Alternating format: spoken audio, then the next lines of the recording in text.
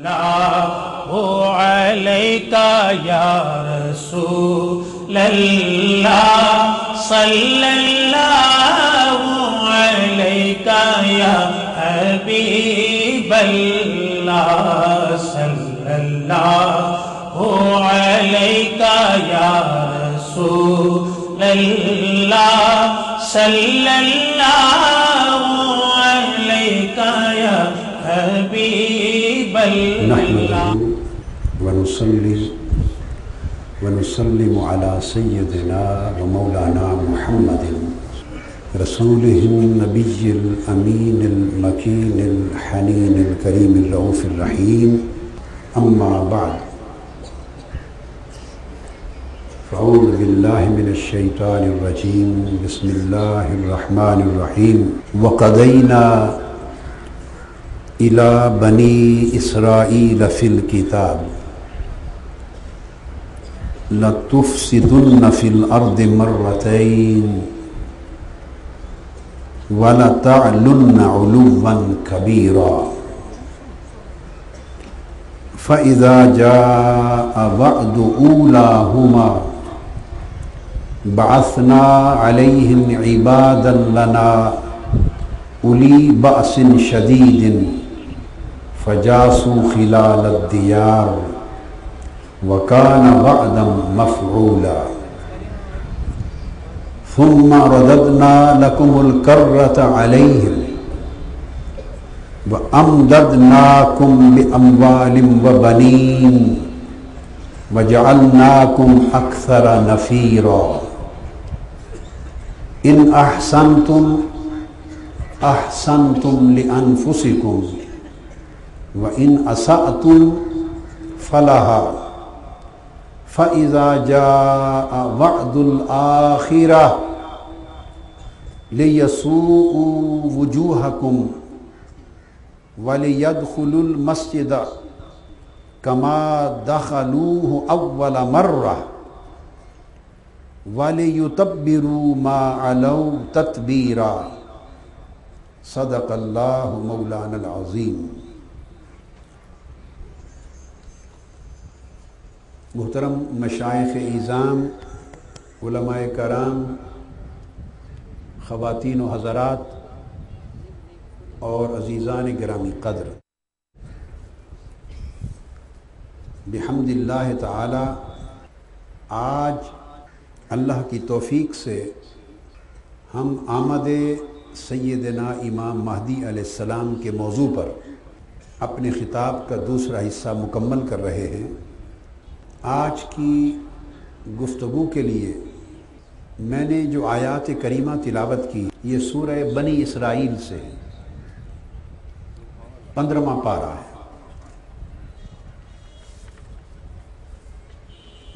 اس میں اللہ تبارک و تعالی نے بنی اسرائیل کی بات کی ہے اور یروشلم القدس اس کا تذکرہ کیا ہے، بیت المقدس کا، اس پر بار بار حملوں کا ہونا، اس کا فتح کیا جانا، پھر کسی اور کا غالب آ جانا، ان کا مغلوب ہو جانا، پھر کسی اور کا غلبہ ہونا، علی ھذا القیاس.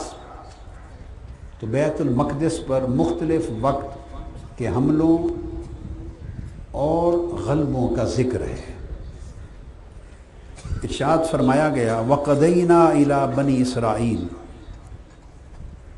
فِي الْكِتَابِ، اور ہم نے کتاب میں بنی اسرائیل کو قطعی طور پر بتا دیا تھا. یہ سورہ بنی اسرائیل 15واں پارہ شروع ہو رہا ہے، اس کا پہلا رکوع ہے اور بیان شروع ہو رہا ہے آیت نمبر 4 سے. آیت نمبر 4 سے آیت نمبر 7 تک یہ 4 آیتیں ہیں جن میں یہ مضمون بیان ہوا ہے. اور ہم نے کتاب میں بنی اسرائیل کو قطعی طور پر بتا دیا تھا کہ تم زمین میں 2 مرتبہ ضرور فساد کرو گے. اور طاعت الہی سے بڑی سرکشی برتو گے، پھر جب ان دونوں میں سے پہلی مرتبہ کا وعدہ آ پہنچا تو ہم نے تم پر اپنے ایسے بندے مسلط کر دیے جو سخت جنگجو تھے، پھر وہ تمہاری تلاش میں تمہارے گھروں تک جا گھسے، اور یہ وعدہ ضرور پورا ہونا ہی تھا۔ پھر ہم نے ان کے اوپر غلبہ کو تمہارے حق میں پلٹا دیا، یعنی وہ جو غالب قوم تھی اس سے ان کو لبریشن مل گئی، آزادی مل گئی، اور پھر ہم نے کرم کیا اور اموال و اولاد کی کثرت کے ذریعے تمہاری مدد فرمائی، اور ہم نے تمہاری افرادی قوت میں بھی اضافہ کیا۔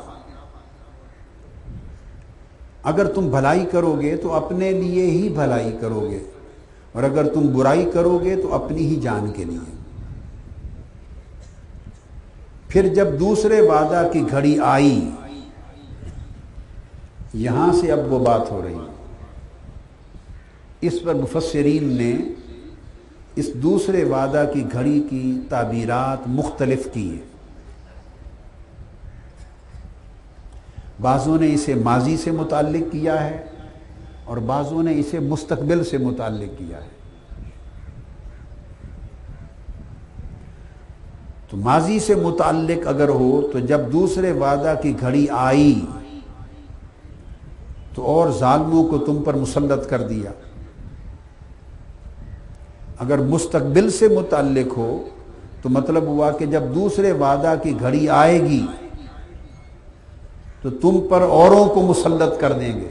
ظالم کا لفظ اس میں نہیں آیا، آیت کریمہ میں ظالم کا لفظ نہیں، تو تم پر اوروں کو مسلط کر دیں گے اور تمہیں مار مار کر تمہارے کرتوتوں، تمہارے مظالم، تمہاری نافرمانیوں، تمہاری بغاوتوں اور تمہارے ظلم اور استحصال کی سزا کے طور پر مار مار کر تمہارے چہرے بگاڑ دیں گے، تاکہ وہ مسجد اقصیٰ میں اسی طرح داخل ہوں غالب اور فاتح ہو کر جیسے اس میں حملہ آور پہلی مرتبہ داخل ہوئے تھے، اور تاکہ جس مقام پر غلبہ پائیں پھر اسے تباہ و برباد کر ڈالیں، یعنی کاملاً تمہاری قوت کو تاخت و تاراج کر کے وہ اپنا غلبہ پا لیں۔ یہ وہ آیت کریمہ ہے آخری، آیت نمبر 7، جس کی مفسرین نے بہت سی تعبیرات کی ہیں۔